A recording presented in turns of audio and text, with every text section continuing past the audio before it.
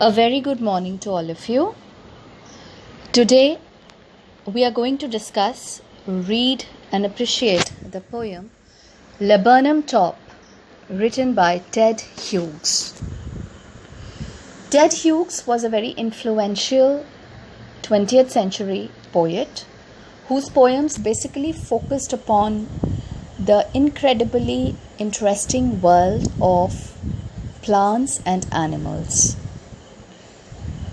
This poem too is about a very beautiful tree called the laburnum tree, which bears branches of hanging yellow flowers. The flowers, when in full bloom, makes the tree absolutely captivating. Yes, the seeds are poisonous, and intake of any part of the plant often causes vomiting, nausea, frothing at the mouth, and in some extreme cases, even death. But this beautiful symbol of life and death is taken up as a theme of poetry by Ted Hughes, and yellow is painted as the dominant color of the poem. Let us see how. The tree is yellow. It being the autumn season, the leaves are yellowing and also falling. The other important character, the goldfinch bird, is also largely yellow in color. Alright, and the sunlight. So everything adds a golden yellowish splendor to the poem. The laburnum top is silent, quite still, in the afternoon yellow September sunlight. A few leaves yellowing, all its seeds fallen. Till the goldfinch comes with a twitching chirrup, a suddenness, a startlement at a branch end. Then, sleek as a lizard and alert and abrupt, she enters the thickness and a machine starts up, of chitterings and of tremor of wings and trillings. The whole tree trembles and thrills. It is the engine of her family. She stokes it full, then flirts out to a branch end, showing her barred face identity mask.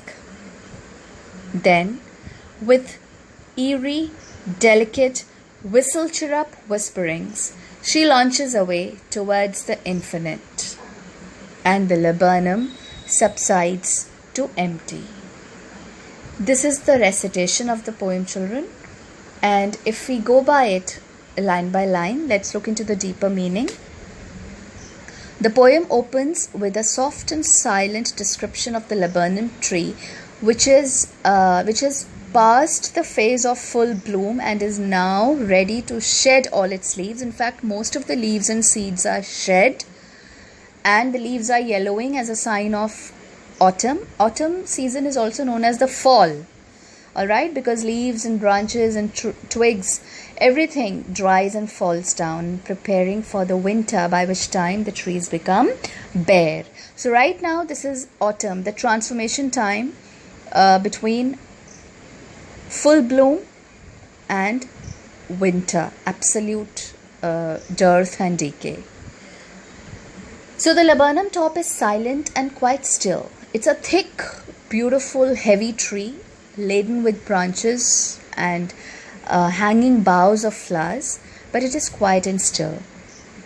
It is quiet and still, and the time of the day is also afternoon, where activity is relatively suspended. In the afternoon yellow September sunlight, the month is September, and the afternoon rays are falling on the tree, highlighting the yellow color. A few leaves yellowing, all its seeds fallen.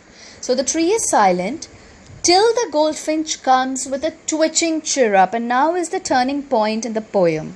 The hitherto silent tree explodes into a sudden firework of noise and activity, and let us see what and where the noise has originated from. Someone has come. Who is it? The bird. Till the goldfinch with a twitching chirrup. Chirrup is the chirping of the birds, and twitching is a sudden jolting movement. You know, in the silence that surrounded the tree, the goldfinch's arrival along with the chirrup the chirp with which the bird came was a twitching movement. A suddenness, a startlement at a branch end. Children, the end of the branch through which the bird entered the tree. Okay, and it is these two words, suddenness and startlement, are describing the movement of the bird. All right, the bird's movement was sudden, and the whole tree was startled into activity. Then, sleek as a lizard and alert and abrupt. Children, the figure of speech or the poetic device used here is simile. I'll dwell on poetic devices in detail after we are through with the recitation and explanation of the poem. But here, just because simile is such a basic poetic device that I think you need to recognize it the moment you see it. Can you see it here? Then sleek as a lizard. As a lizard. Sleek. What's the meaning of sleek? Sleek is very sudden and poised and sophisticated. You know, as if your eyes could not even catch the movement of the bird. Just like a lizard sometimes dives into, a corner of your ceiling or wall, and you can't quite catch how neatly the movement is made. Similarly, sleek as a lizard and alert and abrupt. Okay, alert. A lizard is always alert if you've seen. Similarly is a bird. If you've seen birds at close distances, children, you would realize that they never sit still on the ground. Their little heads are continuously moving left, right, rotating just to see whether any danger is near. Okay, so that is known as being alert and abrupt. Of course, the movement has never been here. The silence of the tree, very abruptly, the bird arrives and enters into the thickness. She enters the thickness and a machine starts up. It's a beautiful way of conveying how the goldfinch family is a network of engine.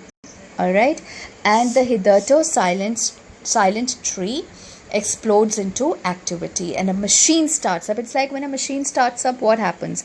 There's a lot of noise, and also the machine has an engine first which you need to start.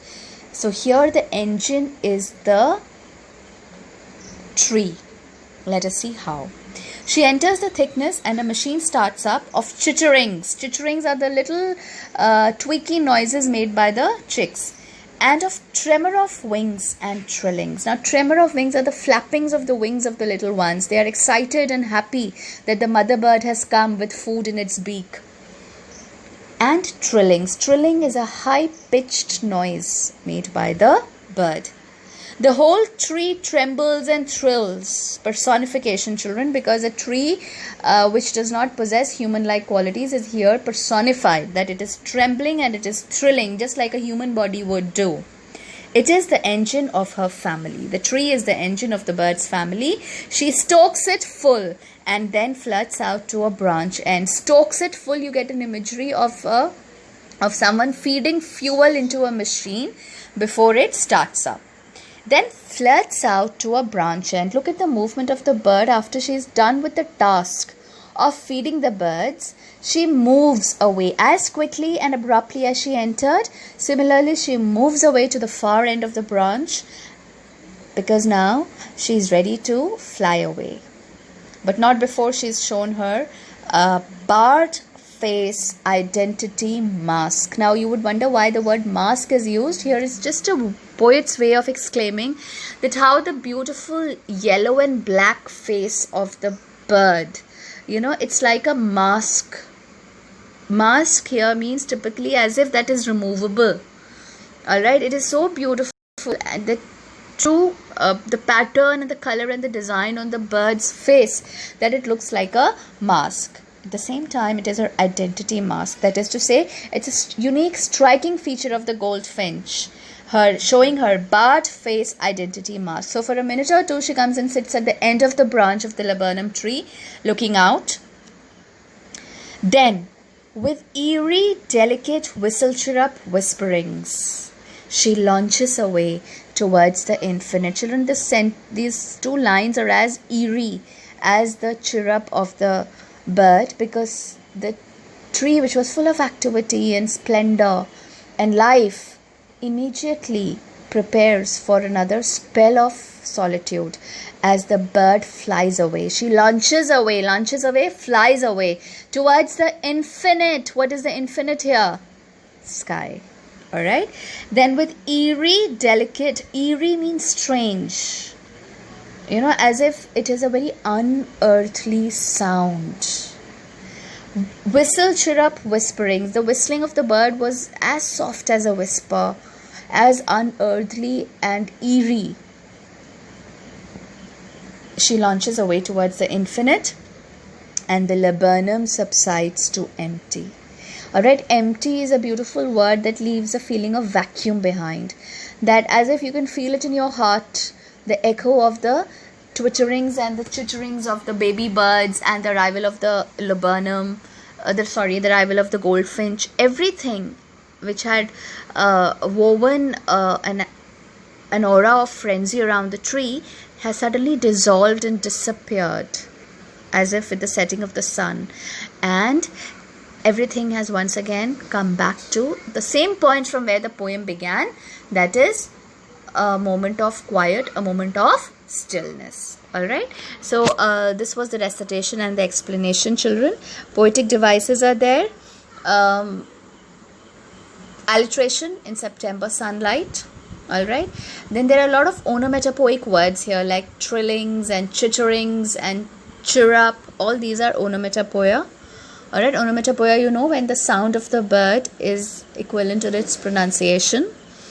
Then there is personification, in the way the tree is given almost human quality of trembling and thrilling.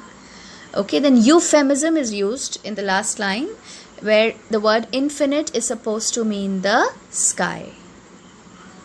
Alright, then there is metaphor, where the word engine is likened to the tree. So these are the important poetic devices, and now we will have a look at the reference to context and question answers in our next session. Thank you.